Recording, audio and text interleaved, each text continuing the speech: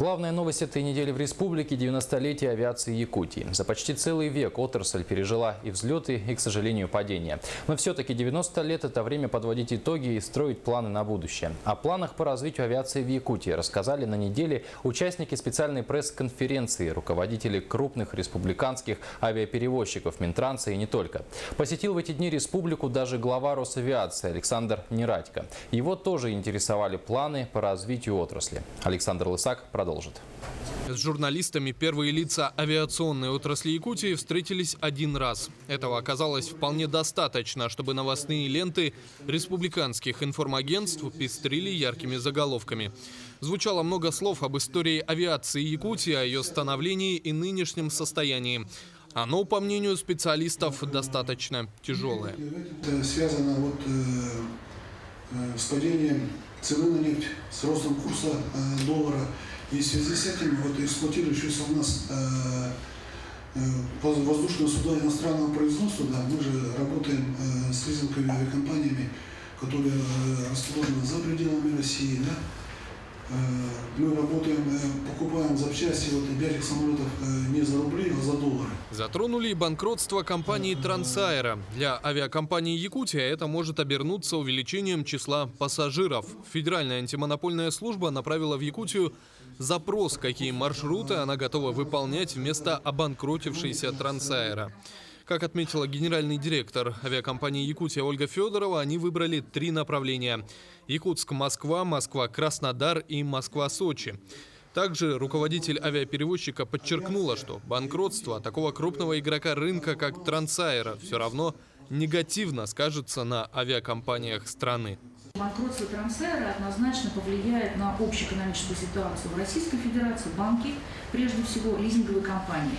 И, соответственно, мы понимаем, что это коснется и других компаний, которые обслуживаются в тех же банках, и лизинговые компании, которые обслуживают тоже нас. Поэтому мы ожидаем определенного ужесточения требований со стороны этих контрагентов, и я думаю, что это будет довольно сложно. Не секрет, что сейчас у авиакомпании «Якутия» сложная экономическая ситуация. Об этом свидетельствует сокращение международных перевозок в 2 раза.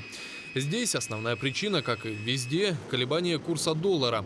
Однако, по словам Ольги Федоровой, благодаря поддержке республиканских властей удалось нивелировать определенную часть кризисных последствий. И сейчас рассматриваются планы по развитию авиакомпании «Якутия» на ближайшие несколько лет. 2018 год, по нашим прогнозам, это уже год положительного развития и перспектив. Мы предполагаем, что у нас будет больше воздушных судов. Вы знаете, что мы подписали контракт по увеличению количества суббюджетов. Точно так же мы рассчитываем, что мы в 2017-2018 году увеличим количество эксплуатируемых самолетов Boeing 737. Не хуже обстоят дела у другой крупной авиакомпании республики – Полярных авиалиний. Прошлый год здесь завершился со знаком «плюс». Перевозчик окупил все затраты и получил дополнительную прибыль. В 2015-м положительная тенденция сохранится. Проблем нет у полярников и с авиапарком. Наша сегодняшняя самая, наверное, главная задача – это сохранить тот воздушный парк, который у нас на сегодняшний день есть. И таких больших лизинговых рисков у нас практически говоря нет, потому что из этих 3 самолетов иностранного производства, которые на сегодняшний день есть на балансе, один уже это собственность компании, то есть республики, уже практически ее осталось, мы выплатили все лизинговые платежи. На будущий год у нас еще один добавляется самолет, тоже уже выкупается, и в 2017 году мы заберем этот Пилатус, который тоже практически работает собственность республики. Продолжительное время в республике муссировались слухи, что авиакомпании «Якутия» и «Полярные авиалинии» объединят для оптимизации расходов и якобы повышения эффективности работы. Но это не более чем слух. Об этом во время встречи с журналистами заявил первый заместитель министра транспорта Якутии Георгий Егоров. В связи с такой сложной ситуацией у нас вообще в авиации России в целом, и в частности Якутии, ведем проводим расчеты всех вариантов. То есть, что будет лучше, как будет, что будет, если мы объединим Якутию и Полярные авиалинии, что будет, если мы побежим под крыло Аэрофлота.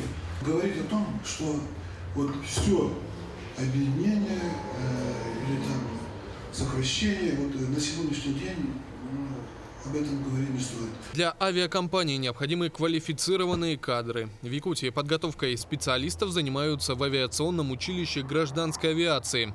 По словам руководства учебного заведения, наибольшим спросом пользуются летные профессии. К сожалению, некоторые из нынешних абитуриентов не могут поступить в училище из-за проблем со здоровьем. У нас 80% людей, которые хотят поступить, они просто не могут это сделать. То есть это учебно-летная экспертная комиссия, психотбор. И получается, те, кто прошли, вот в этом году конкурс был 2,9, 3 человека на место, да? А если бы все желающие могли, то конкурс был бы почти 10 человек на место. Одна из главных новостей этой недели, прозвучавшая на пресс-конференции. Аэрофлот и С-7 перестанут летать в Якутск в 2017 году. Многие восприняли ее негативно, забыв, что причина отказа крупных авиакомпаний летать в Якутск в ремонте взлетно-посадочной полосы аэропорта. На реконструкцию потребуется 3 года и 4 миллиарда рублей. Во время реконструкции, третья очередь, которая у нас планируется начать со следующего года, при длине полосы 1800 метров, это уже 17-18 года, планируется полеты авиакомпании Якутии, так как авиакомпании Трансайра, которые уже, знаете, уже банкротились, Аэрофлот, Глобус, Сибирь, они на сегодня официально уже заявили об отказе лететь на данную длину взлетно-посадочной полосы. Напрашивается вопрос, не приведет ли отсутствие конкуренции к росту цен на билеты. По словам руководителя Росавиации Александра Нерадько, необходимо сделать все возможное, чтобы этого не произошло.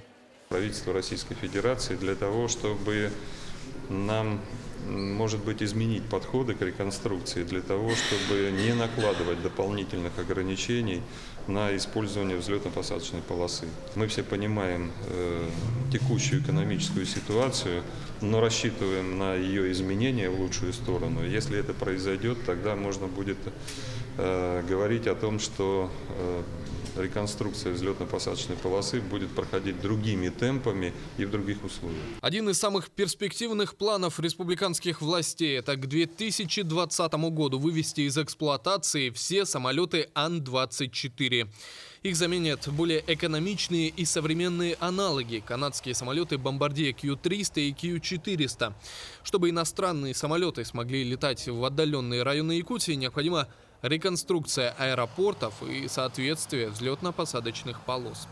В части реализации мероприятий по строительству и реконструкции 15 аэропортовых комплексов Якутии, внесенным изменением в федеральный бюджет на 2015 год, приостановлено финансирование реконструкции в рамках ПЦП «Экономическое и социальное развитие Дальнего Востока и Байкальского региона в период 2018 года». Мы хотим отметить, что несвоевременное проведение работ по реконструкции аэропортов приведет к транспортной изоляции отдаленных критических районов. Остается добавить, что 90 лет – это серьезная дата, и республиканские власти, а также руководители региональных авиаперевозчиков, взаимодействуя с федеральными ведомствами, должны сделать так, чтобы авиация Якутии отпраздновала вековой юбилей со всеми выполненными планами. Александр Лысак, Евгений Лугинов и Илья Жараев. Якутия. День за днем.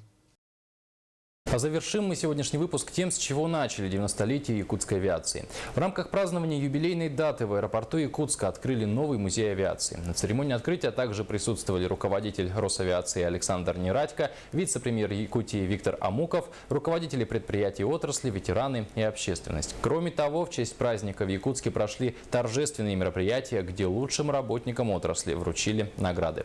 Подробности в сюжете Афанасия Николаева.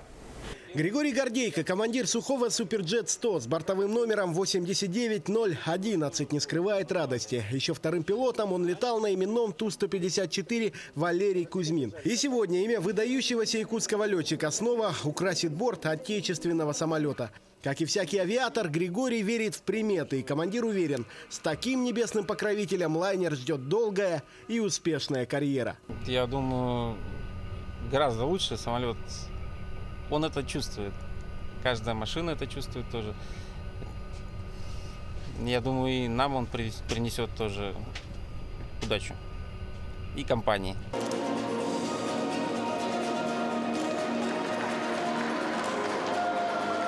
В выборе имени для суперджета компания не сомневалась ни минуты. Валерий Кузьмин не только выдающийся полярный летчик, но и человек, организовавший сильнейший во всем Союзе авиаотряд. Я думаю, что он, конечно, бы гордился, что в авиакомпании «Якутия», в Якутии, эксплуатируются самолеты отечественного производства. То, что сейчас вот называется словом импортозамещение, да, а мы гордимся тем, что именно авиакомпания «Якутия» является последовательной авиакомпанией, которая занимается эксплуатацией именно отечественной авиатехники.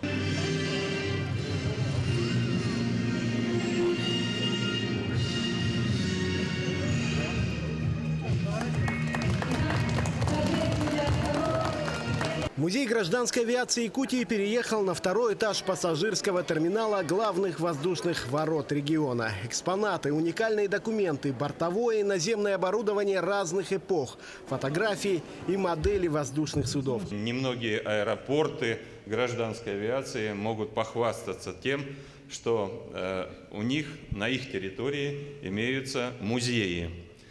Музей – это прежде всего история. А что такое история? История – это люди прежде всего. Причем музей послужит не только для рекреационных и образовательных целей. Ветераны авиации уверены, музей, как научный центр, позволит открыть новые страницы истории авиации региона. Для того, чтобы и студенты, и аспиранты могли прийти в этот музей и получить конкретную информацию о истории авиации Якутии и использовать в своих работах. Знаменательный день. Ровно через 90 лет после первого полета самолета в Якутии была погашена почтовая карточка и сувенирная марка, посвященная юбилею, с изображением первого самолета, прибывшего в Северный край, Сопвич Кэмел. Коллекционные сувениры в память о юбилее.